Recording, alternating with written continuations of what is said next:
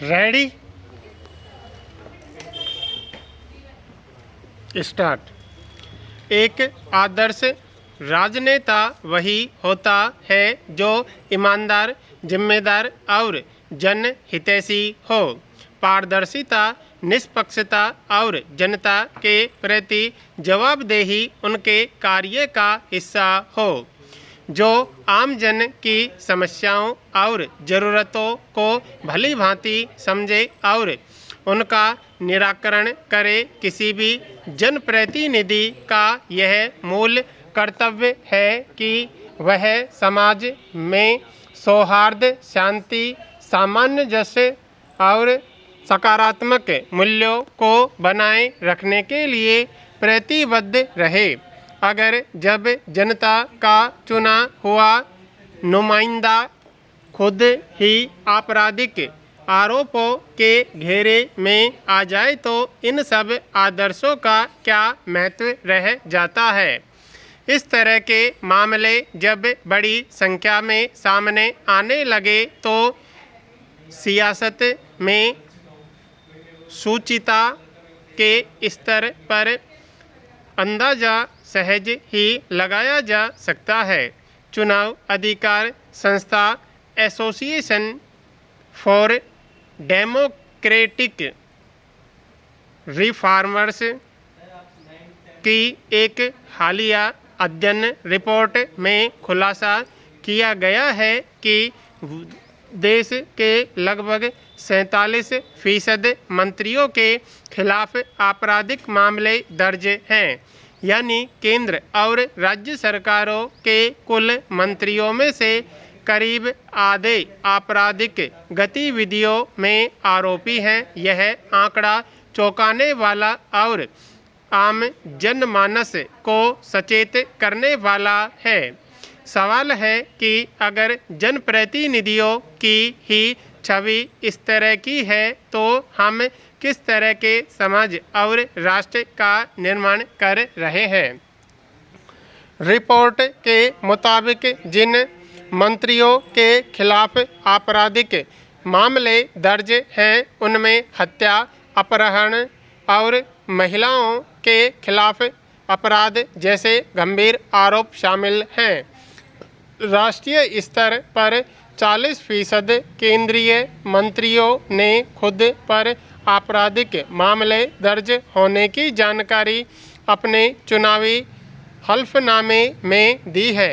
आंध्र प्रदेश, तमिलनाडु, बिहार, ओडिशा, महाराष्ट्र, कर्नाटक, पंजाब, तेलंगाना, हिमाचल प्रदेश, दिल्ली और पुदुचेरी में 8% से ज़्यादा मंत्रियों पर आपराधिक मामले दर्ज हैं। इससे साफ है कि राजनीति में आपराधिक छवि वाले नेताओं का दबदबा बेरोक-टोक बढ़ रहा है। मगर सबसे महत्वपूर्ण सवाल यह है कि दागदार नेताओं को संसद या विधानसभा में भेजने और सरकार का हिस्सा बनाने का मौका कौन दे रहा है। सवाल यह भी है कि जनता को कैसे पता चलेगा कि किस नेता का आचरण कैसा है और उस पर आपराधिक मामला दर्ज है या नहीं। इसका जवाब चुनाव आयोग के उस कदम में समाहित है जिसमें सभी राजनीतिक दलों को निर्देश दिया गया है कि वे चुनाव में अपने उम्मीदवार घोषित करने के दौरान उन पर दर्ज आपराधिक मामलों की जानकारी भी सार्वजनिक करें। अगर कोई दल इन निर्देशों का पूरी तरह पालन नहीं करता है तो चुनाव आयोग को निश्चित रूप से उस पर कड़ा संज्ञान लेना चाहिए। यह रिपोर्ट ऐसे समय पर आई है जब हाल ही में केंद्र सरकार ने संसद में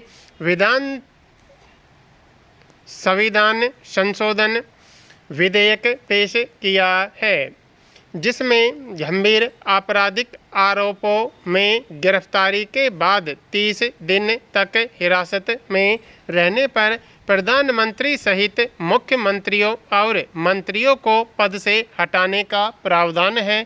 अगर इस विधेयक को रिपोर्ट के आंकड़ों की नज़र से देखा जाए तो केंद्र सरकार की ओर से यह अहम पहल है, मगर इस पहलों पर गौर करना भी जरूरी है कि नीति और नीयत दोनों साफ सुथरी, निष्पक्ष और पारदर्शी होनी चाहिए, तभी व्यवस्था में सुधार की उम्मीद की जा सकती है।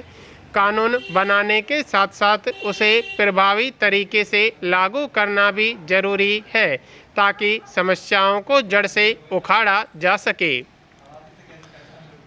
बरसात के दिनों में सड़कों के किनारे बने नाले या बड़े गड्ढे अक्सर पानी से भर जाते हैं और उसके खतरे का अंदाज़ा नहीं होना स्वाभाविक है। विडंबना यह है कि ऐसे गड्ढे या नाले में गिरकर किसी की मौत की घटनाओं को आमतौर पर हादसा मानकर नज़रअंदाज कर दिया जाता है और लापरवाही के जिम्मेदार लोग बच जाते हैं।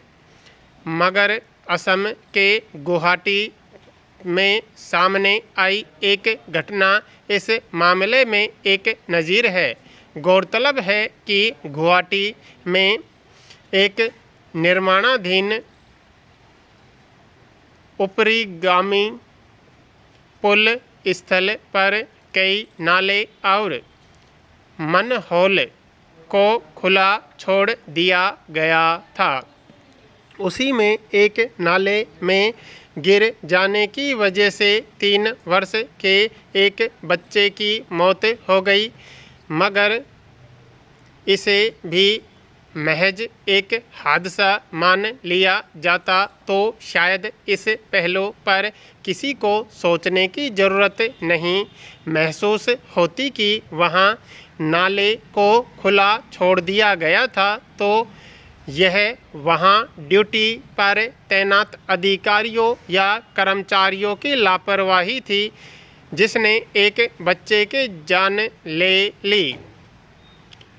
मगर बच्चे के पिता ने कंपनी की लापरवाही की शिकायत की और उसके बाद आरोपी 3 अधिकारियों को गिरफ्तार किया गया। सवाल है कि किसी भी निर्माण स्थल पर सुरक्षा सुनिश्चित किए जाने के बुनियादी पहलू को लेकर वहां मौजूद अधिकारी सजग और संवेदनशील क्यों नहीं होते।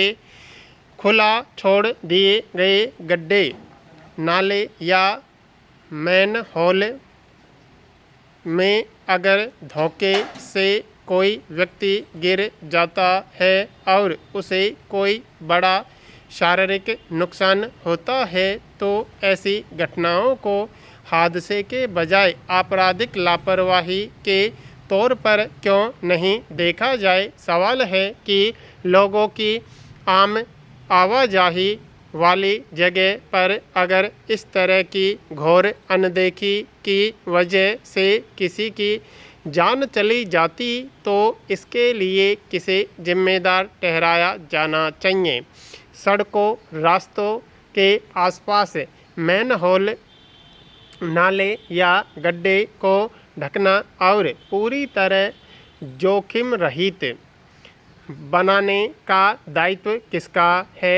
अगर कोई महकमा या उसके अधिकारी गड्ढे को ढके जाने को लेकर अपना काम ईमानदारी से पूरा करने के मामले में लापरवाही बरतते हैं और इसका नुकसान किसी व्यक्ति या परिवार को उठाना पड़ता है तो इसकी पूरे जवाबदेही गड्ढे को खुला छोड़ने वाले लोग, कंपनी, संबंधित विभाग और अधिकारी पर होनी चाहिए।